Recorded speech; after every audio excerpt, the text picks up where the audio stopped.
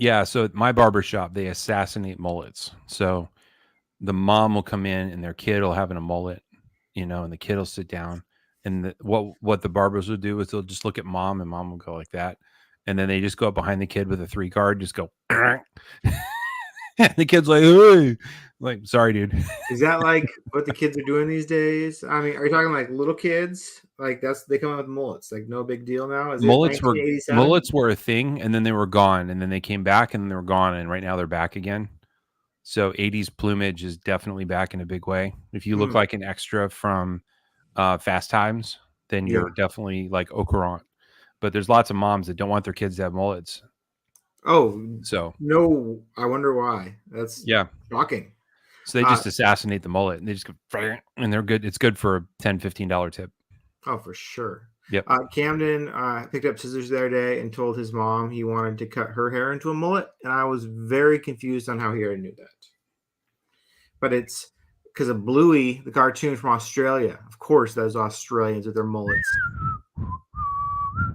All day today. All day. It's on. I can't tell if you're making that noise or the TV's making that noise. I got to figure out how to play it on guitar.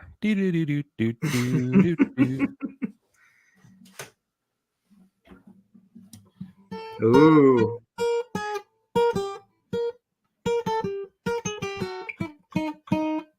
Something like that.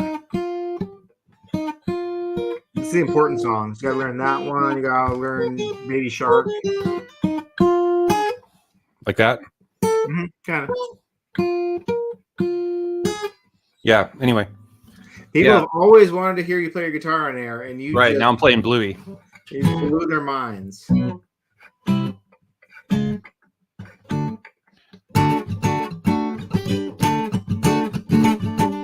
Yep, I think it's in D. It's in D. All right, I got that figured out. I'll work on it later with Charlotte. Okay, good. She'll think it's lame. I'll think it's cool. She'll think it's lame. I'm like, you're the one that watches Bluey all day. So she's in the age demographic. What is that? Because I watch it, and it doesn't seem like a bad show. But like, is it targeted towards small children? I think it's targeted for parents of children around the age of 6 or 7. Okay. Yeah. It's just, I've seen every episode now. There's one episode called Rain, and I know it's called, or what it is, because every time it's on, they don't talk. Watch the episode with the old lady where they pretend to be old grannies. Okay. That one's really funny. Basically, the kids pretend to be grannies. That's good. I've probably seen it. I just don't. I can't. It all blends together. It's just one episode of Bluey all day long on repeat. When I told my daughter that Bluey was actually a girl, not a boy, she was very angry. She's like, yeah, but she looks like her dad. I'm like, yeah, you look like me. And she's like, I don't. I'm like, yeah, you do. And then she goes, yeah, I do. But he's blue. I said, you don't look like your mother. She's like, you're right. That's funny. Yeah, if you guys missed it, welcome to FFIB. I'm Jason. That is Tom. We are finger flicked in box. We're like new in box, but not. And we're finger flicked. And Tom, I believe we should probably spare no further ado. We should talk about the knife of the moment, and that is the subvert. Are you subverted, Tom? Yeah, I don't know where this thing. You need a warm up to this thing. This is girthy. I mean, the big boy. Girthy. This is a girthy knife, is what I'll say. I've had a subvert before, and I'm going to bust out my calappers, and we're going to find out just how girthy it is. Oh, girth away. Do you want millimeters or inches?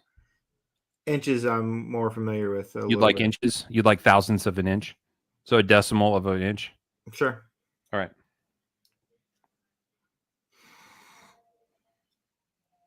All right, so at the middle pocket screw, the middle scale screw, I should say.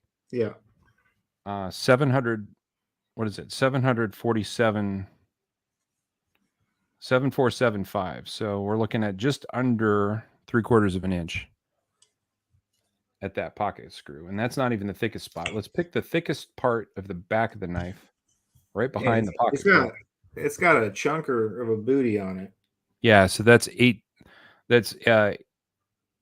800 thousandths. So we're talking about 0.8 of an inch at the back of the knife. So just for context, a military 2 is 454 thousandths. So we're talking about a knife that's almost twice as thick as a Millie 2. That's what you're getting when you go with a fat old ass on that subvert. And I have to tell you, these things are guaranteed to make you happy. They're fat and they're big and they're huge and they're heavy. But damn, is that knife not the coolest looking blade you've seen in a while? I bet it is. It's not. I can't believe they made.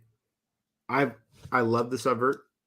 First time I opened a subvert, I was at the Spyderco booth at Blade Show West in like 2018, and I flicked it open and I out loud giggled because it was just like, this is like a joke. This isn't a real knife, and it was great and all cool and everything. I was just like, man, it'd be so cool. Like just like everyone's always like, they should make a sprint run version of the every whatever knife, and this is a knife I definitely didn't think was ever going to be up for a sprint run. This is a surprise to me. This is a big swing for them to make this like special. Let me ask you a question. How's the lock stick on yours? Non-existent.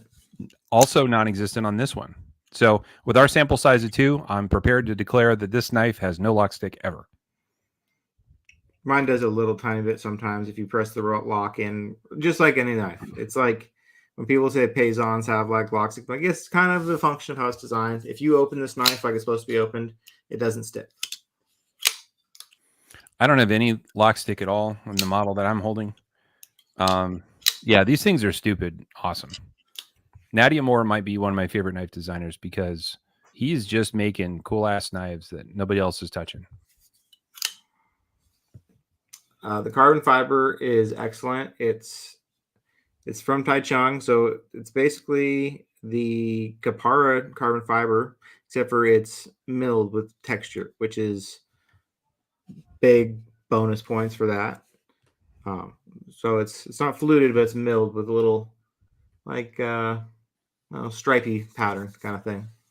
Yeah, the grip that's milled into the carbon fiber, it's the same that's milled into the G10. And it's definitely welcome on a knife like this because you don't want to accidentally drop this bad boy. So 20 I'm going to try my fiber. Tom. I'm going to try my carbon fiber trick. Ooh, fancy. Okay. I got some magic eraser with some Windex on it. Got some carbon fiber. Let's just see how dirty it gets. What do you think? Grubby hands have been all over it. Probably really dirty. It's got some chicken wing grease all over it. Got hot wings and beer all. Look at that. Look how gross that is. Damn. So fellas, take your carbon, trust old Uncle Jason here.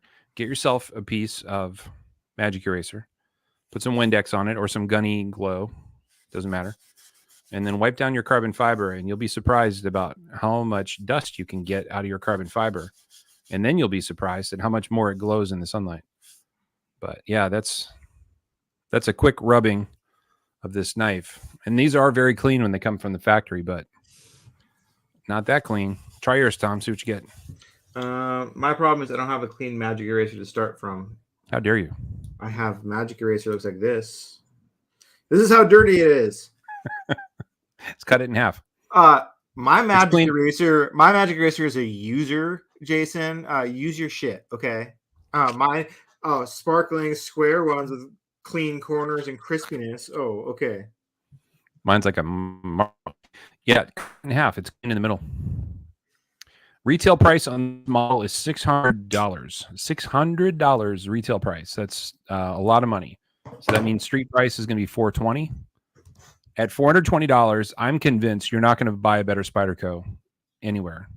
This is, in my mind, might be the best made Spyderco that they've ever made. If you disassemble this knife, you'll be shocked at the thoroughness of the construction. Like there's pins everywhere. There's pins between the scale and the liner. There's pins between the liner and the spacer in the back. Like the whole knife is extremely well built, and all those things together, gross. I gunny glowed mine down. All those things together make for an extremely well-made knife with a lot of attention to detail. These are very beautiful. And the fact that they're still in stock, I think speaks to the price more than it speaks to the quality. These are extremely well-made. Do you agree, Tom? Oh yeah. Oh, and you can feel the difference in the texture a little bit after you do that. Feels better. Yeah, it feels better. So now there's mine now. Yeah, look how silky that looks. Yeah. So guys, this works on almost any carbon fiber knife. I don't care who the maker is or how elite they are. They probably don't take the time to magic erase their carbon fiber before they ship it. I do know a knife maker, a very famous knife maker, that takes the time to throw all of his carbon fiber into into one of those sonic cleaners, and he keeps like mineral oil in there. So the thing's getting beaten with sonic waves. It should really do a good job of cleaning it, but it doesn't even do what this does. So yeah, good tip for you. Grungy. do my other side right now. I'm just kind of trying to work around the clip. Yeah, I keep saying shmoo. Shmoo's a funny word to me, so I like it for this context. Although shmoo tends to be something a little stickier, maybe like boogers. Like tape residue. Tape residue would be shmoo. Oil would be shmoo. This is just more like dust. Man shmoo. Fluted Native 5. Yes, Patrick Bryan, try it. Let us know how it turns out. Definitely do that. Yes, you can have moist shmoo. You're right, Patrick Bryan. Is there a more overblown crisis in society than this detest for the word moist? I don't get it. No, but it's hilarious. People really, yeah. I work it in whenever I can because I know I'm offending somebody. So I love a moist cake, you know. So whenever there's cake being served, I'm dropping the moist bombs everywhere. I don't want a dry cake. Oh, moist. It is a weird word. It's okay. I usually hand sand my carbon fibers to high grit and wash it with dish soap and a toothbrush. Nice. Dish soap and toothbrush is a good idea. Make sure, guys, when you're like at home and you're sanding carbon fiber, just because you're at home, right, and you're not a professional carbon fiber expert, please make sure you're sanding it wet. Don't sand it dry. You don't want that dust. You don't want that dust getting in your chest, because the dust is basically essentially kind of made of glass, right? And it's going to be like glass in your lung, and you don't want that dust in your lung. It's very bad. So make sure you are careful. It just works wet better. It does. The sandpaper clean and like free, so you can actually sand, so it doesn't get all funked up. Your sandpaper will cut better, just like your knife sharpeners generally work better wet than they do dry. You don't have to, but a lot of the different kinds of stones will work better wet.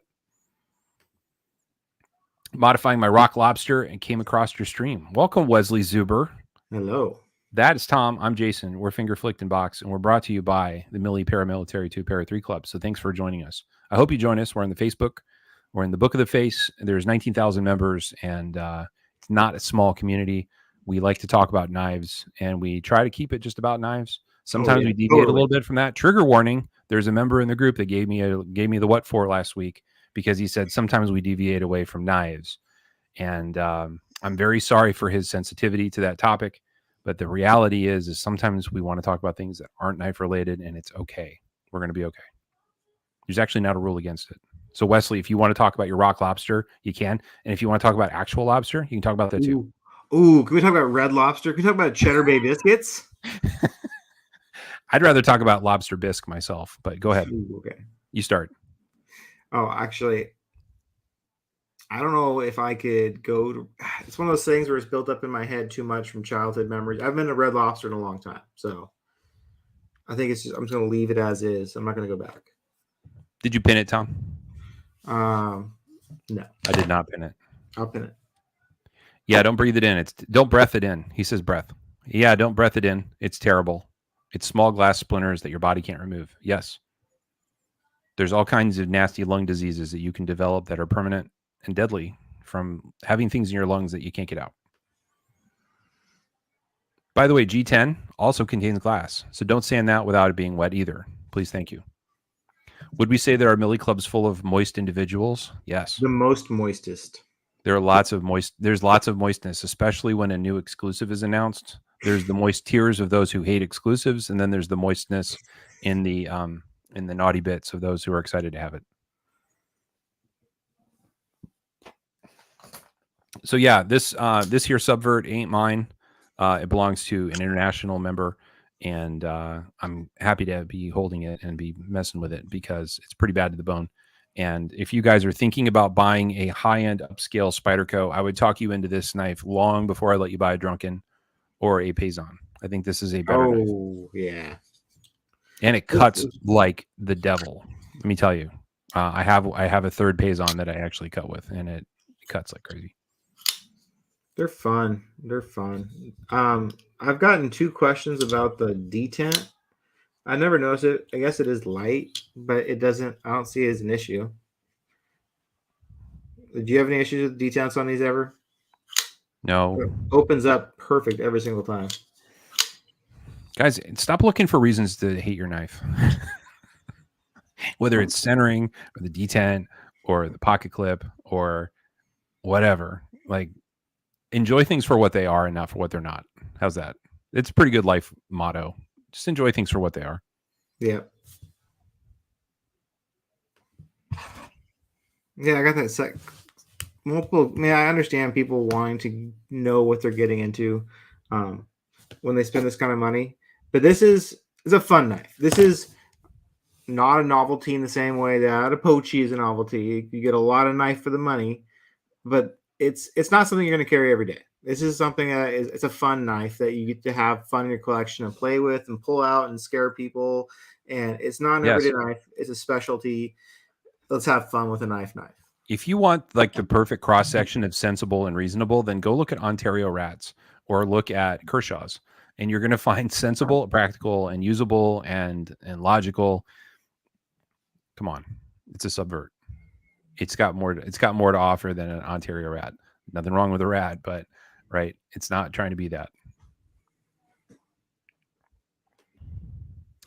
Where to best buy one? Tell me now. There's lots of knife stores where you can buy these. You can go to, let's see. There's Indiana Knives. There's Safe and Lock Store. There's DLT Trading. We've got White Mountain Knives. We've got Cutlery Shop. In fact, I'm being told right now that they're in stock at Cutlery Shop. I bet National Knives. I've seen them at St. Nick's Knives. I've seen them. They're everywhere. I bet the Knife Joker has them. Not only will you get a knife, but you'll get some badass swag with it because Travis hooks people up. You'll probably find them at Newgram Knives. I bet if you go to knivesplus.com, they're going to have them. What else? They might even ship them to you free. Yeah. The shipping's too much at Knife Ship Free. I know. They charge too much. Well, for this, they might not ship this for free. I don't know. It's a chunka. This one, it does come in a pouch now, which is nice. Nice little change for the high-end Taichung knife. Yeah, the Danger Banana is the original name given to it by Bearded Gear Jake Wright. I think Danger Banana might be the funniest name ever given to a knife. And the reason he called it the Danger Banana is pretty obvious. It's safety orange, and it's shaped like a banana. So I think Tom's still auditioning emojis for this knife, but I think the danger sign and the banana are probably as good as we're going to get. It's got to be like 1. I know it's got to. One's better. One's better. It's got to be 1. I know. One's better. What's the best use for a subvert? Mostly for flicking and making you giggle. It's good for that. It's also good for cutting things, but it's not a paring knife, right? It's not a slicer. You could probably cut small watermelons with it. You could probably, what else? Josh Hagens needs one of these so he could ride his one wheel and slice bottles of water with it on the go. Josh Haygood could certainly take out a bottle of water with it.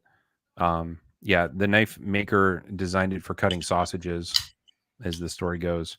It would do that. The Bombshell is the Danger Pickle. That's right. And that was also Jake Wright's nickname. And it was such a popular hit with the maker that he made Jake a special coin for it. Who doesn't like sausages, by the way, Tom?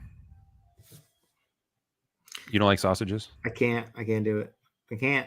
Try. Can't do it. Can't do sausage. Ground or cased? Ground primarily.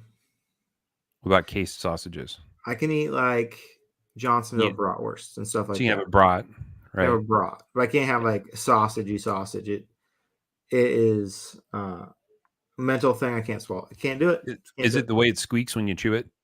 No, it's like I don't get acid reflux from anything but sausage. I get acid reflux from in a bad way, and it's hard for me to swallow. And I don't know.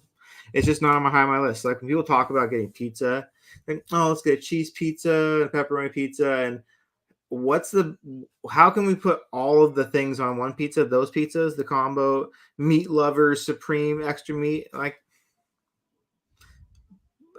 I could eat some of that, but I can't eat those. Can't get down with it. Maybe my sausage isn't moist enough.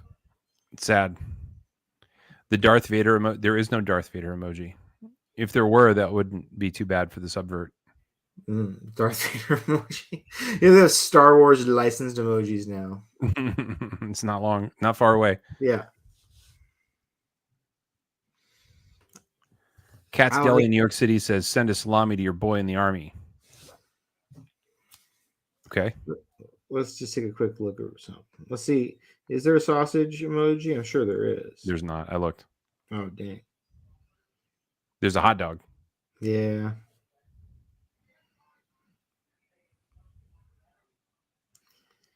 Yeah, just a hot dog. That doesn't cut it. Doesn't cut it. So we'll work on that one. Definitely. You don't believe what I did. Go ahead. You talk. Oh, carrying this today. Looker. Ooh, I see myself, find myself, and myself. I like this knife a lot. It's fun. This is, I mean, of equal quality. Oh, my Bowie is legit. My OG Bowie is good. Like the carbon fiber is even the same. Yeah, they're good. I have a weird relationship with Bowies. Oh, you're lucky too, though. I carry one for a few weeks. I'm over that. I carry one for a few weeks, and then I go, this knife is really amazing. And then I put it away, and then I don't carry it for like 6 months, and then I grab it and I go, wow, this really is a nice knife. Yeah, it's really good. So yeah, last week I carried one for a few days, and I fell in love all over again. Blue one or an OG one? I got a blue one. It's bluey, and it's got an orange backspacer. Oh, so kind of dig it. Nice. I keep thinking about rubbing out the titanium, giving it like a satin look, because that would look pretty sweet. But last time I did that, it did not go well. What I found underneath the blast was irregular titanium, and there was a rough spot in the middle. It just drove me crazy. Could not get rid of it.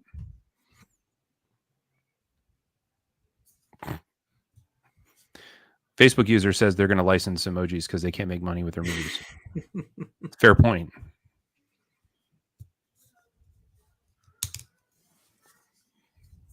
What else have I been carrying? I've been carrying this a lot. This went with me to the beach. I went to the beach this week because it's LMAX, so I figured it was the right knife to bring. And it's just like, this is my favorite factory Para 3 because they did such a good job on this marble carbon fiber from the factory. Like they look pretty good.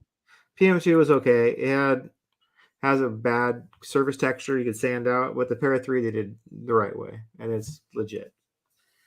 It's LMAX. It was a great little beachy knife. Wasn't scared of it rusting.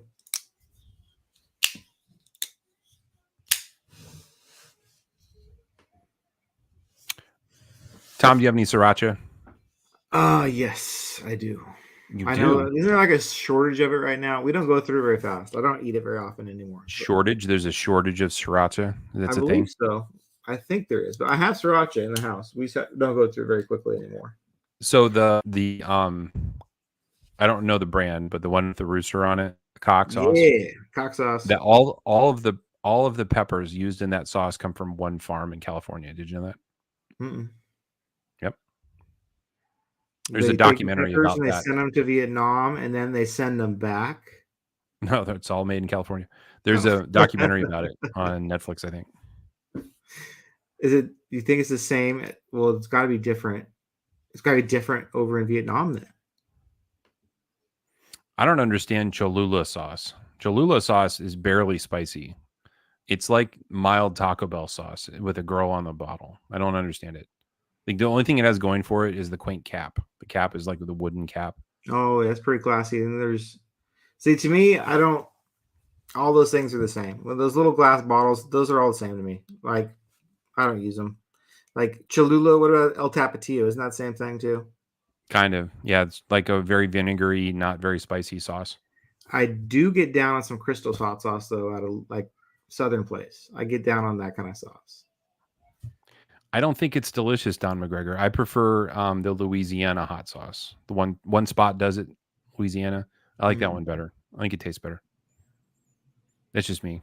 And if all you got is Worcestershire, Tabasco, I'm passing right by it. Yeah, that's the one I can. I'm not. I'll just double down on the black pepper. Thank you.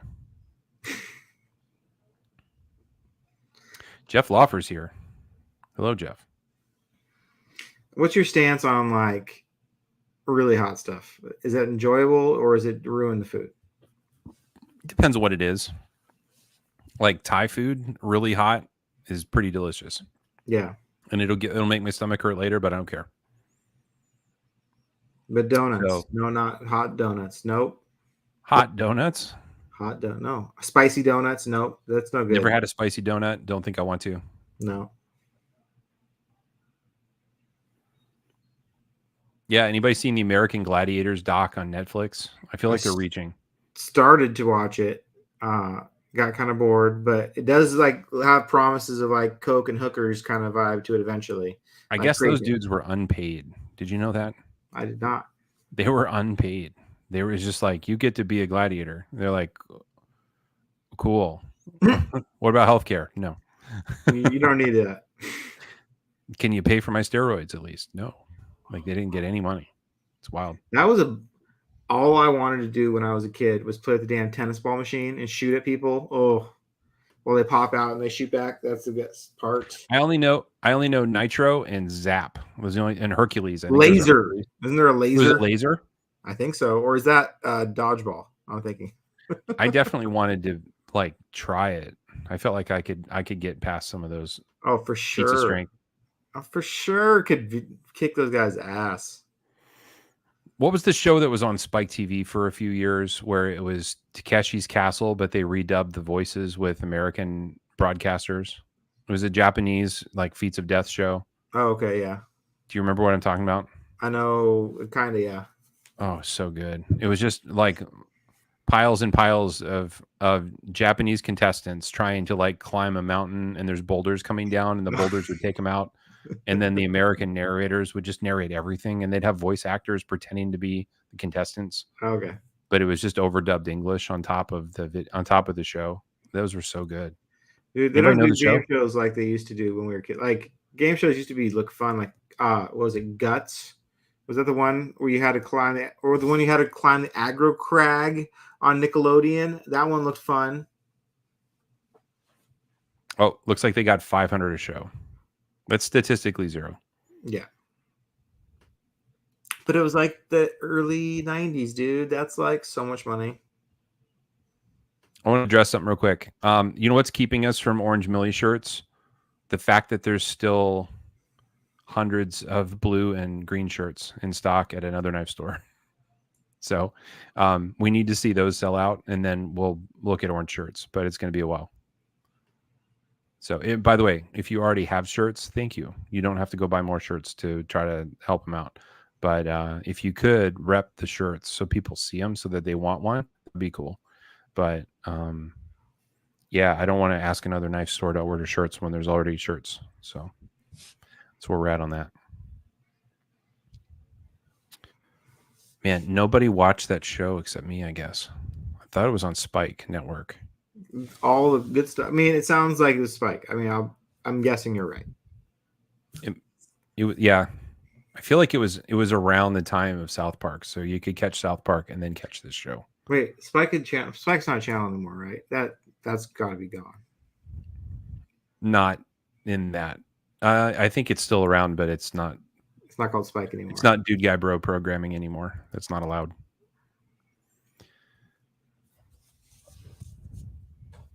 If they had V-necks, I'd buy some. V-neck, gross. You showing off your medallions or your chest hair? What's that about? What's a V-neck for?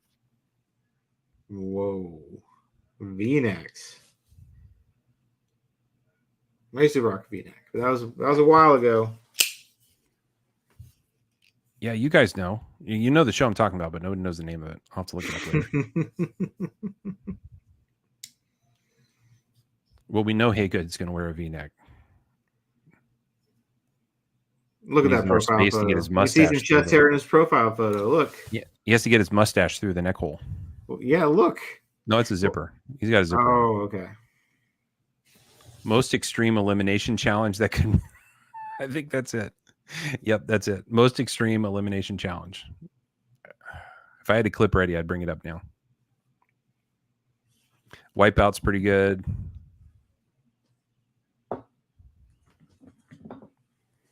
Yep.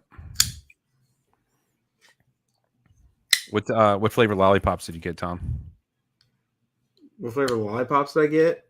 I got good ones here. I got tangerine, I got chocolate, and black cherry. Those are 3 solid flavors. Are you talking cutlery shop? Yeah. Candy. Oh, yeah. I take that and I have to put it in the bag. I got so much, it just goes in the big bag. You just give it back out when people sharpen. Nice. Or Camden, or it just goes in the bag. I've had all the flavors. I'm okay.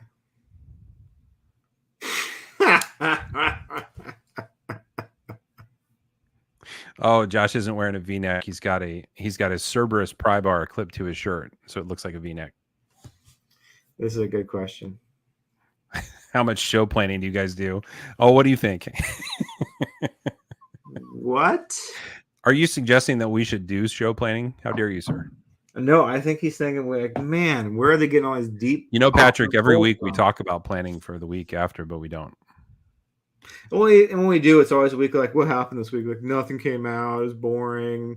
No drama happened. And it's just like, well. This might be the finest totally free weekly knife show that you can take in. Yeah. I mean, where else are you going to bounce around from, like, you know, food takes to antique shows that nobody knows the name of to, you know, Josh Haygood's profile photo? Like, this, man, you can't buy this kind of entertainment. Mini Ariuses. So, guys, everyone wants to know when they're going to be here. They're done when they're done. They're making them now. And the way it worked was there was a pre-order back in the day. People who went to Blade Show were disappointed they didn't bring any. But the reality is Bill is not going to sell them over the counter until he fills all his pre-orders, which is the way it ought to be. It's an admirable thing. So yeah, as people are getting their numbers pulled, they're getting the email and they're getting hooked up. But it's getting closer, I hope, because they're in the mid 1050s or something like that. Or are we tracking the order numbers? People are posting their order number on when I don't remember. Mine's like 1100 or something, I think. But yes, they're going in order number sequence up through the list, and they're making their way out. They are making their way out. I'm not sure what to do. I like the Arius the way it is. I can imagine like summertime Jason might like a smaller one. Oh, summertime Jason. Yeah. Is that this Jason? This is summertime Jason. There are times where I go for a knife that I can carry, you know, and I'm wearing shorts and I think about the Arius and then I pass on it because it's too big. Yeah. And I don't need that thing like jingle jangling around, banging. So, by the way, on my new car, Tom, I've got less than 4,000 miles on it. I already have scratches on the B pillar from my pocket knife in my left pocket. It's pretty sweet. It's like I made it my own. Yeah, it's true. That's true. Like Eric Clapton with the J.J. Cale song, I made it my own. I've carried my Magnitude only twice because it's too nice. I can't imagine carrying anything as expensive as that Subvert. Subvert is a big carry. Like, I would recommend carrying that in blue jeans in your back pocket. That's probably not a front pocket carry because you're not going to get anything else in that pocket. It's just a I'm waste thinking of you might time. want to have suspenders on, even just to keep pants up with this bad mamma jamma. Big boy. Jason Beatty, I'm tired of you saying it will be when it will be. You say that about our club knife, about the mini anus, and about when we will be moist. I just don't have a magic ball, sir. I can't predict the I have future. control over how moist he can get. I We have can my affect that. fingertips on the pulse of the industry, but don't tell me nothing. So, I don't know. When will you be moist? You seem to get moist every day at lunchtime. I can prove it because you take a picture of it. Yeah. The moist maker. Yeah, I like the regular better. I'm still going to probably have both. Why not have both? Mm-hmm. It's I going to got a be couple pair of interesting. threes. Like competition for this, like that mini and this are going to have to compete for pocket. I don't know if I'm going to carry something fancy. It seems like these two might be good little options next to each other. We'll have to put them together and make them fight. Yeah. The normal one is too big for me, but I like it, but just too big of a knife for me. Yeah, I understand, Brandon. I think you're not alone in that. I know a lot of friends of mine that prefer a 3-inch blade, and they find that the regular size is too big. So I think the mini's probably going to be more popular than the full size in 2 years. I think that he's probably going to stop making full size ones for a little bit. It wouldn't surprise me if they cut back on it. Yeah. It'd be a good idea, honestly. Small and cozy for me today. Yeah.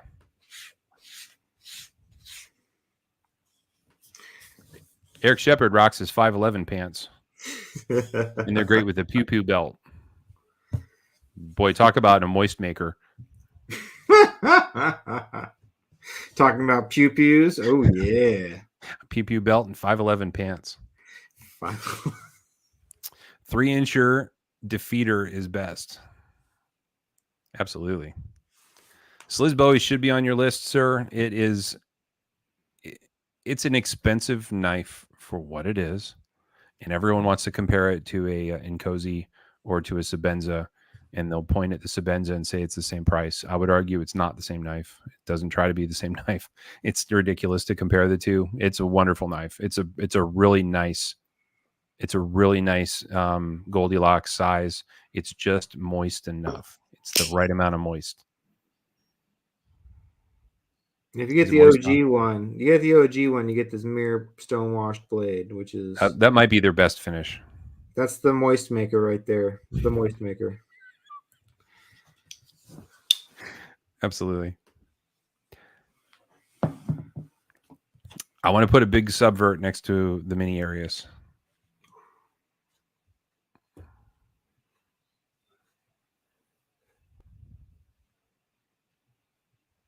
By the way, guys, the icon for the Sliz, the emoji for the Sliz is the goat. That didn't come from Tom and I saying that it's the best knife of all time. What we said was it's the best discontinued Spyderco ever.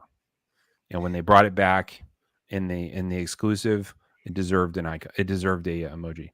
The story behind how the Bowie became what it is won't ever be repeated. So it has the greatest lineage of becoming popular to becoming unobtainable to being brought back. So it's almost like a phoenix. You could use that one as it came back from the ashes, but I got one too. How it got popular off of YouTube and then got discontinued like months after it got popular, made it blow up.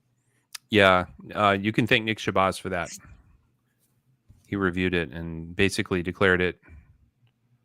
Did he declare it a gem, or did he just say like this is Spyderco's best knife or something like that? He made me buy one. Like when I watched that video, I bought one right away. Like it was that positive of a review from Nick, who's fairly has criticisms of things often. Will it ever come back, or am stuck with secondary? Can't say. That would be divulging a secret from a dealer. But there are a lot of them out there. I think the run was a big run, wasn't it? Like 1,200. It was at least 1,200. I want to say it was a big run. 1,200. It was 1,200. Yep. So there's a lot of them out there. I would say wait for the price that you like. Don't feel like you got to chase one. I know somebody who bought one today. Who Knife Joy said it's coming back. There you go. That's what he said. That's what I didn't say. So, according to Mr. Lee, it is coming back. We're just reporting the news. We're just reporting what we heard. Yeah. Yeah.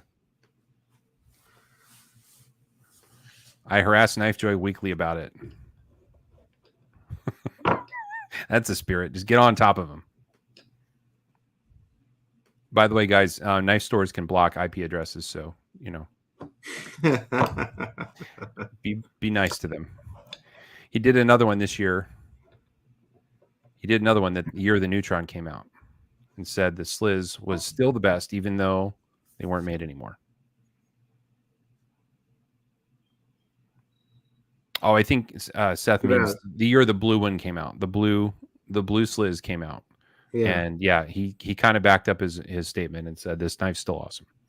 My favorite comment about, because that was really fun when we kind of like teased and dropped the goat. My favorite comment someone gave me was an angry message asking why Nick Shabazz got to review the first one on YouTube. Yes. I'm like, the fact that you don't know why he gets to that is why you should. You're dangerous around the internet, sir. How dare you? What do you think happens with books? Do they go to the critics after everyone buys them or before? What happens with movies? Do they go to the critics before? Anyway, what's an OG worth? It's worth whatever somebody's willing to pay for it. So it all depends on how much you're willing to spend on it. I would say that there's a fair number of them out there that have been molested or ruined or damaged. And then there are some that have been sharpened incorrectly. And there are some that have been dropped. And there are some that have bad lock stick. There's some that are disassembled and reassembled 50 times. So when you weed all those out, it's worth whatever you're willing to pay for it. They seem to be trading at times as high as 700 and sometimes as low as 400. But the lowest I've ever seen was 350 for one that had a couple dozen chips in it along the titanium where it had been dropped a bunch of times. But that would be for something that was pretty beat up. Used to be the standard. There used to be a lot more of them. I'd see. It used to just kind of be like almost like a Rec Pair 3 pricing where it was like 600 used to be what the price was, but that was a while ago and I don't see them like I used to see them. I think the reason these are so awesome is the blade length is the right size. It's a little over 3, but it's under 3.5. The handle is very comfortable to hold. The profile of it being rounded makes it really wonderful in the hand. And for most people, you're going to find that your grip fits nicely into the profile. It has a sharpening choil, which makes it really easy to sharpen. The jimping is tasteful. There's only a little bit. It's got a crown spine, which is really nice and pretty. What else, Tom? It's got a wire clip. It's cool. It's mirror stonewash is cool. It's XHP steel. It's made in Taichung, so it's of the highest Spyderco quality manufacturer. If I had a criticism of it, it's that the screws are fussy and they're made of titanium and they're actually easy to damage. So if you're going to take apart one of these, you need to be very careful to use a very good bit and make sure that you put it on a level surface and you use a tool with a good grip on it and you don't just jack it up with an Allen wrench or something like that, because you will tear the shit out of these screws and you cannot small. Get more. They're small. Yep. Luckily, the standoffs have a flat on them, so they're D-shaped, but only one scale has the D shape. So the knife can be kind of a pain to assemble and disassemble. Yeah. I think I got some extra scales for mine. They're fun though. You can customize them and put new scales on them too, which makes it a little more fun and a little lighter. Seth Gilman paid $500 for excellent condition on an OG. I would say that's a really good price. I would gladly pay another 500 for another.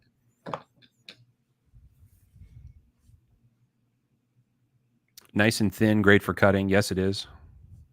It's a really cool Bowie shape.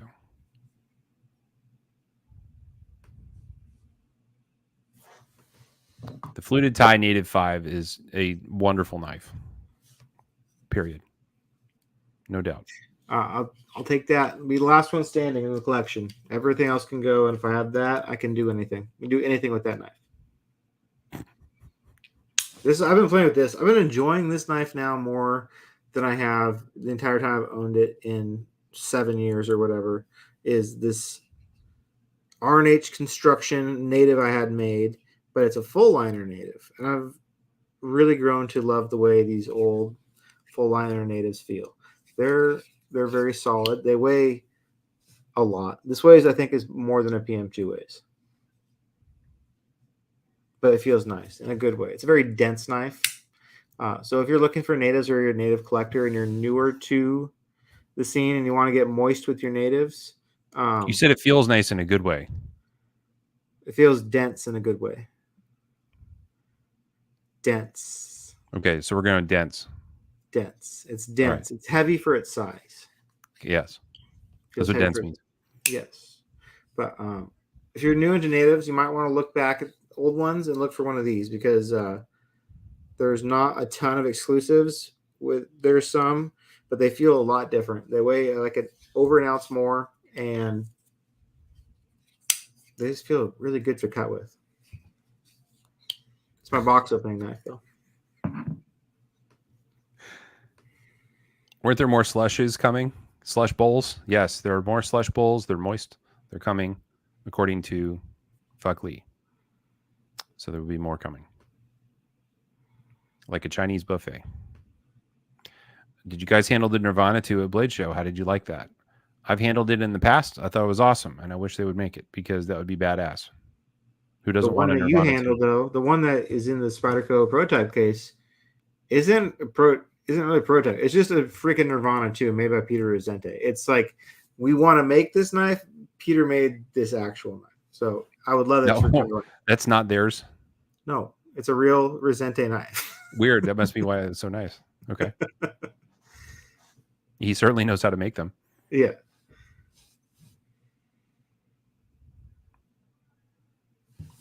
All right. So this was obviously a attempted slander. Look at this. Ooh. We've got him saying that Jeff had more.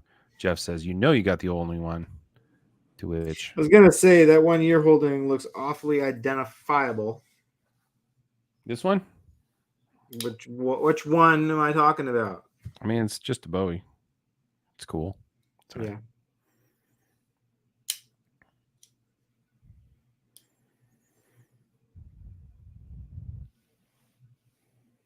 Doing a lot of sharpening.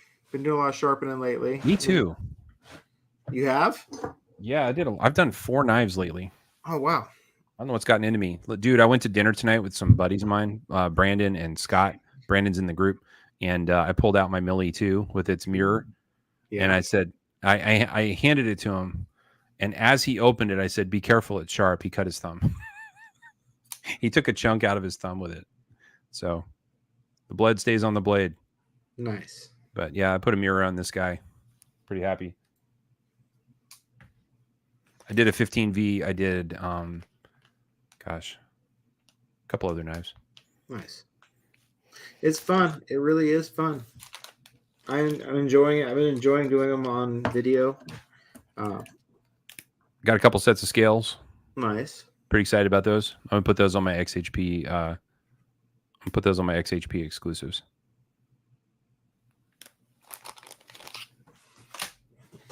Oh, I went shooting yesterday, dude. I went to Chris Edwards' house with Ryan Wade, and who else was there? Daniel Jones. Jonesy was there, and all club members.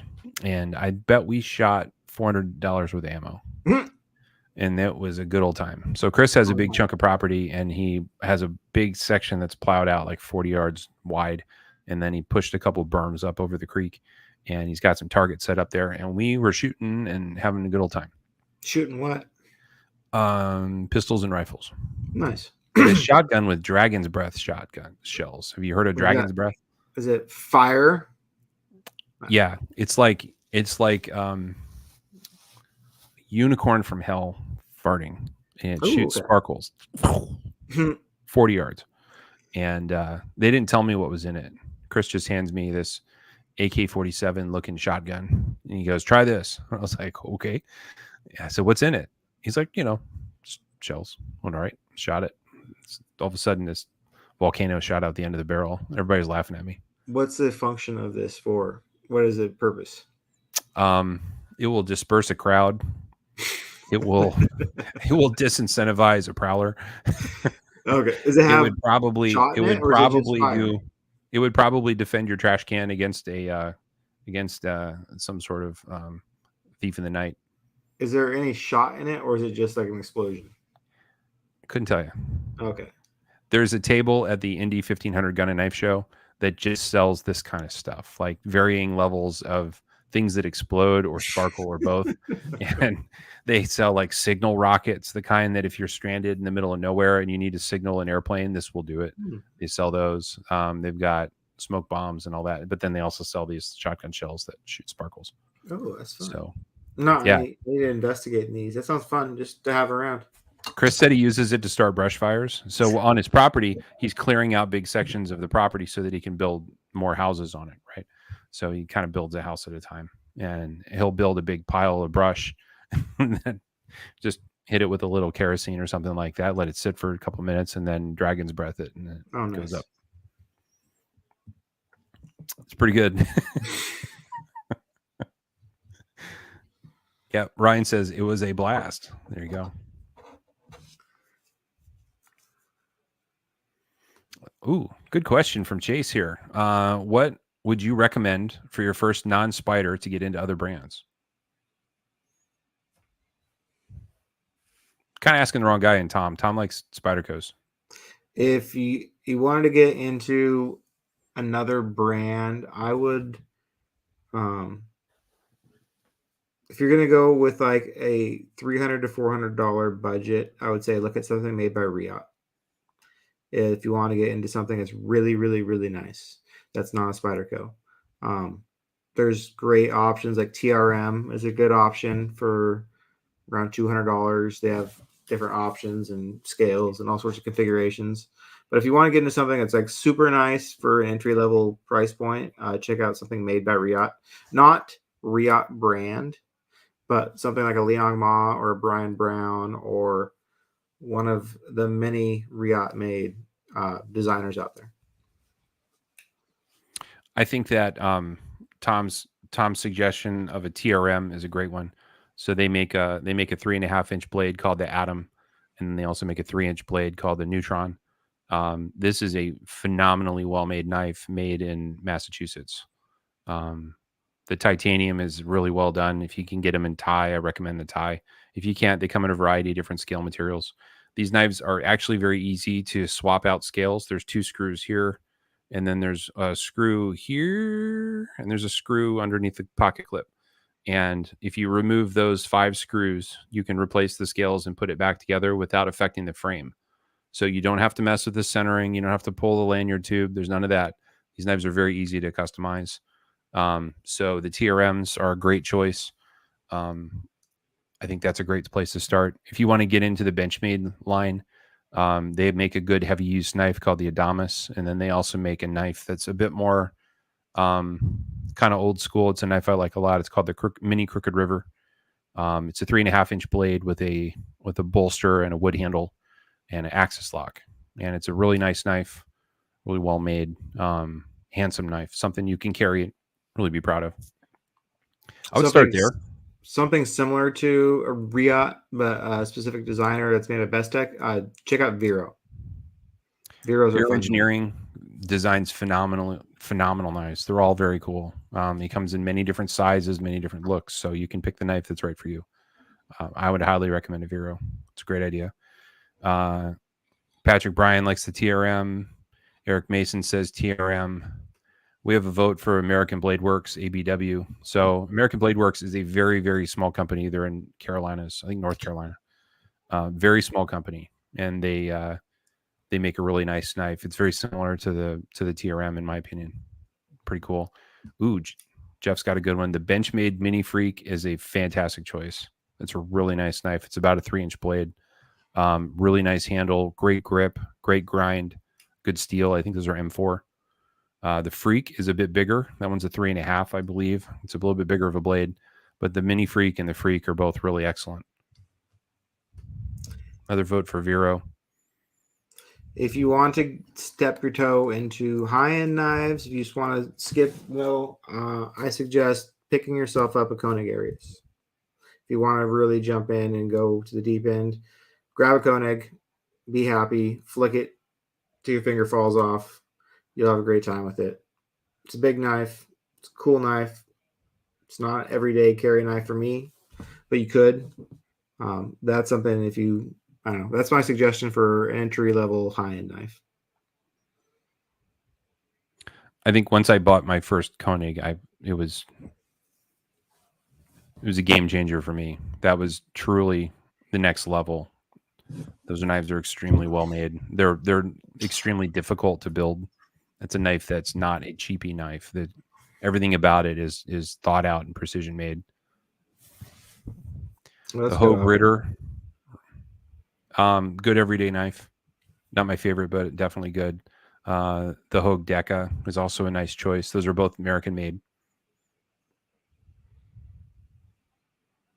Oh, Jeff's correcting me on the Freaks. The Freak and the Mini Freak are S90V, not M4. That's even better. Quiet Carry Drift is a phenomenal knife. I like the Waypoint just a little bit more, but they're both excellent. Quiet Carry designs a wonderful knife. They're made in Taichung, and then they are partially made in the U.S. Like things like assembly and finish are done in the U.S., but it's largely a Taiwan knife. And they use Vanex steel, which is a hyper exclusive steel, very, very hard to find. It's extremely stainless, and edge retention is meh, but the stainlessness is phenomenal. It's a salt proof knife. You can take it in the ocean.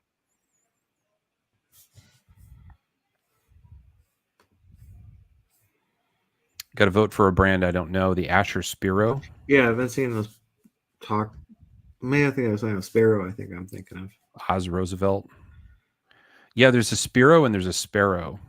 I don't know what the Sparrows are. But I would say look at the big companies and then look at the knife designs they have and see if there's something that speaks to you. Yeah, it's a great one. That's a fantastic one. The ProTech Malibu is a fantastic knife. Great knife. Great Sharp suggestion. one to it. You know, this is how great it is. There's one right here. And look at that blade. That's a fancy one. Yeah, this is a customer's knife he sent in for a mirror today to match the mirror edge to mirror blade. That blade looks really good. Yeah. I just tried to line on it. Button lock, flipper, fun to play with. American made. Lots of different options and finishes and cool show custom pieces you can get. So this suggestion I don't agree with, but I'm in the minority. People love Demco's. The 8020 from Demco is a very popular knife. I don't get it myself. That's just me. They're fun to play. Bill will not be the only person to suggest that one. They're fun to play with. They have ridiculous blade shapes that don't look good for cutting things, but they're fun to play with. Just like playing with, I don't know, they're clickety clackety clankety stankety fun little fidgety toys. Ooh, thanks, Chase. That helps. If you daily a shaman, you definitely want to go with the Freak, not the Mini Freak. Pick up a Freak. You will not be sorry. Pick up an Adamas. An Adamas will not. You will not be sorry with an Adamas. If you go Vero, you're going to want to go Synapse XL. Yeah, would make you very happy. That's a big honking knife. It's a little bit bigger than a shaman. If you go with Synapse, it's going to be smaller than a shaman, but I think you'd like it. Slim Pulse. Impulse. Slim Pulse would be nice. You'd like the Slim Pulse. Yeah. Shamans are kind of heavy, and they're a medium large knife, so that helps us narrow it down. Ace Grand, that would be a good one, actually. An Ace Grand would be a good choice. Yeah, there's lots of good choices in the comments here. This is, I don't know, this is very similar in size to a shaman. Same vibe to it. Got a couple little flaws on it to me, but I like it a lot better than a shaman. Yeah. I think it looks cooler. I like the way it carries. Yeah, that's a great knife.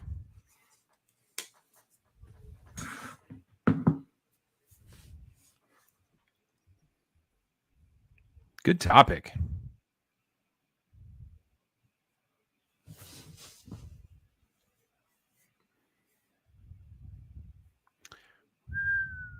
Where was it? Somebody was looking for a coin. Ted Rose needs a coin. Hey, Ted, send me a DM. Get you a coin.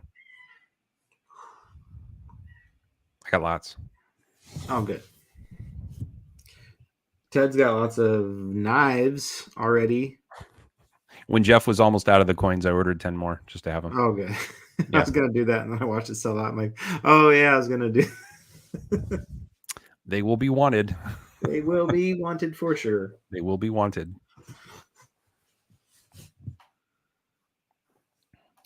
Well, Tom. Oh, man. Anything else we need to cover? Not tonight. Any exclusives dropping next week? Nope. The Gooder dropped. The Scorpion dropped. I don't think of. Let me check the Instagram calendar I keep. Can I talk about the Wayne Goddard for a minute? Yeah. Guys, the Wayne Goddard, as far as I know, it hasn't sold out yet. And I want to advocate for that knife for a minute, okay? I'm not paid to say this. I'm not getting a free one.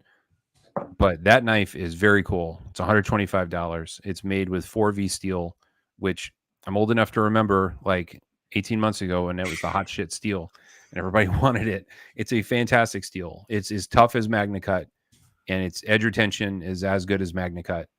And it's a tool steel. It's not a stainless, but it's coated, so it's going to help you out a little bit. The Goddard knife is really cool because it's designed to be very slicey. It's designed to be very easy to hold. Yes, the handle's bigger than the blade. It's out of stock. It's sold out. Is it out of stock? Excellent. Boom, gone. That's you great. Missed your chance. It was a slow seller, but I knew it would go. I figured it just maybe a little more talking about it might help. But look at the curve of the handle, the way the blade cants forward. It's got a really nice in the pocket feel to it because the way that the profile is, there's enough room for the spidey hole without the blade having a big climb on it. 2.9 ounces. That's light. It's a big knife. 2.9 is really light for the size. You can see a little bit of right around the pivot area, Tom. You see how we've got that big choil going on. Like that knife is really going to be comfortable to cut with. You're not going to find it's going to pop out of your hand. Yeah, another one that got brought back from discontinued list to make an exclusive. That's fun. That's a fun thing to do. It introduces new people to a whole new part of Spyderco history and brings back a cool model for people like Rich Cox that collect all the old stuff. Yeah, it's cool retro. Yeah. There is a knife coming out. It is the KnifeJoy Manix 2 in neon green and 20 CV steel. There you go. That drops on next Thursday, July 13th at 11 Central. Neon green 20 CV. I don't know the price point, but KnifeJoy exclusives are usually pretty well priced. So if you want a good steel, it's a good one. Grab some AWT scales because I know everyone's going to say, I don't want that green. If that's your reason, you guys know you're going to swap scales anyway. So there's also some new RIT dye experts in the group that have been dyeing things. And let me tell you, you can dye that color. You can dye it any color you want. Plus the color is cooler in person. It's a really good green. It's fun. It's a fun color. Yeah. It looks like lemongrass. Like what? Lemongrass.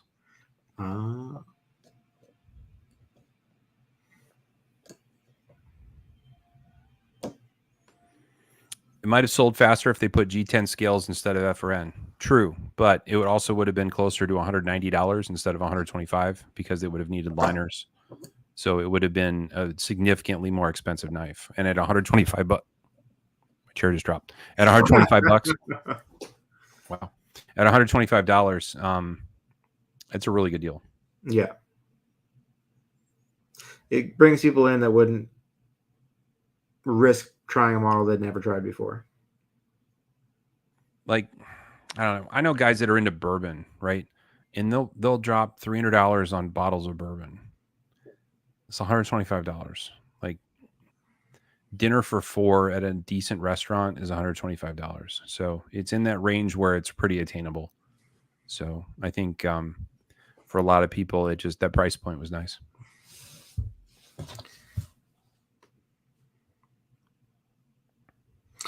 These are on the market at a couple places. S90V Para 3 lightweights in baby blue teal.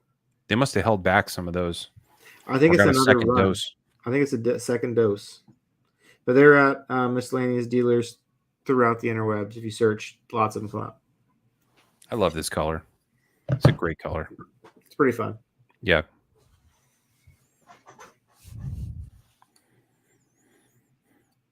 That's all I got. That's all I got. I think we're good. Since Sean Houston has been,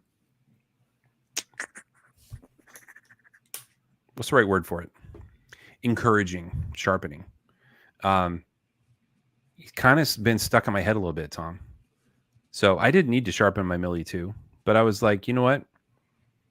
I'm the head weasel of the Weasel Club, and I probably ought to sharpen my knife so that when I pull it out, people don't think it's just like some sort of factory edge knife that I don't care about.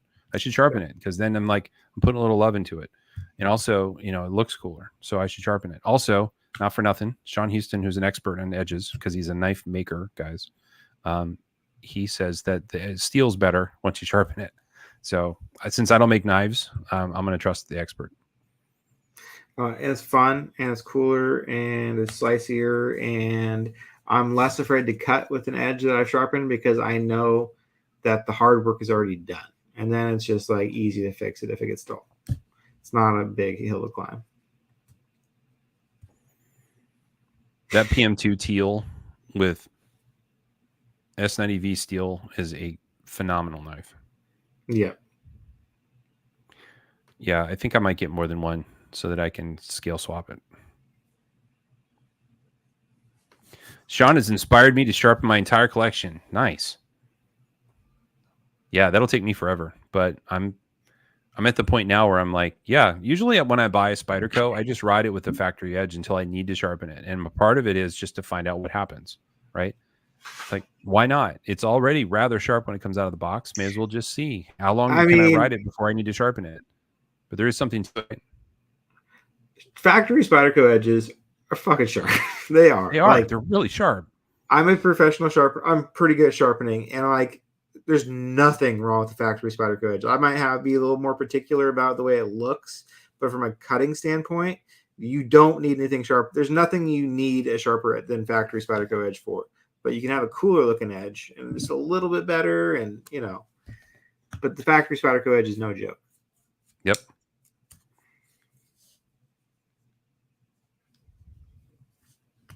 Shout out to Jeff Loffer getting me a PM2 DLC exclusive today. Big aloha. I bet that's Rich Alexander.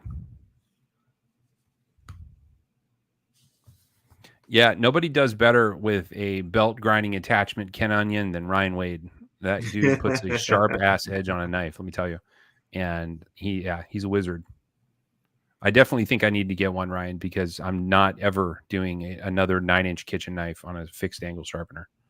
It's just not fun. No.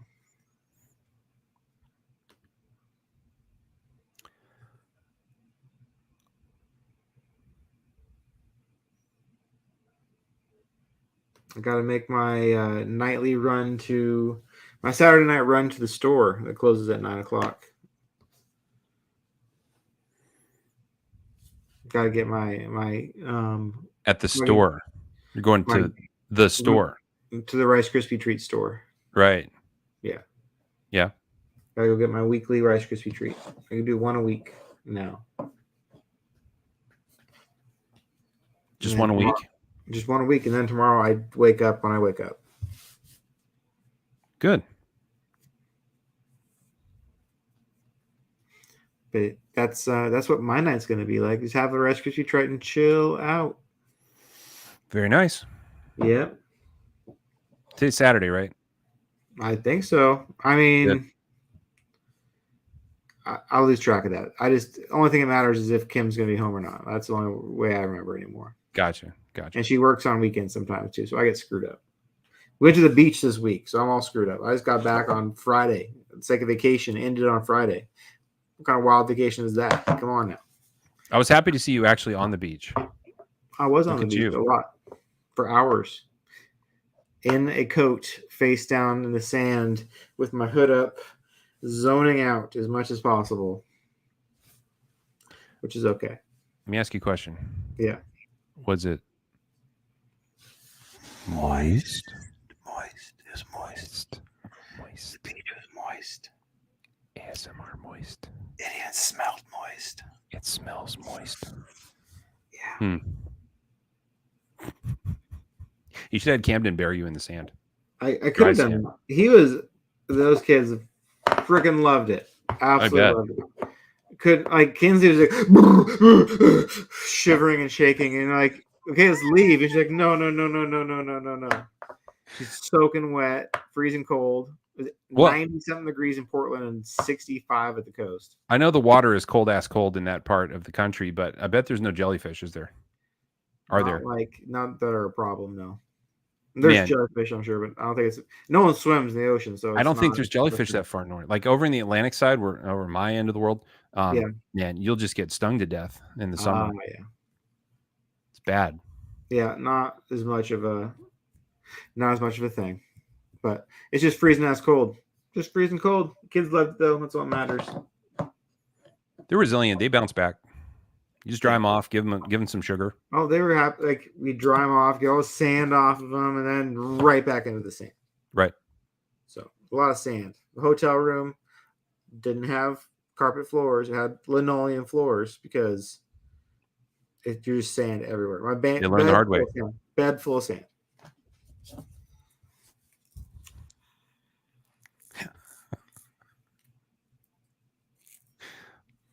He didn't like our ASMR. Well, Tom, I think we should wrap it up. It's been an hour 12. It's pretty good length, and we've run out of knife talk.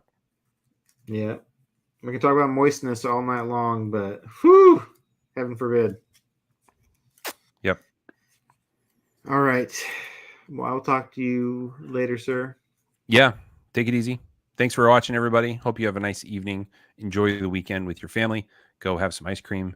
Have a moist maker, which I guess is the name of the sandwich from Friends. It is. Friends. There you have it. Yep. Thanks, everybody. Have a nice evening. And yeah, take it easy. Do that.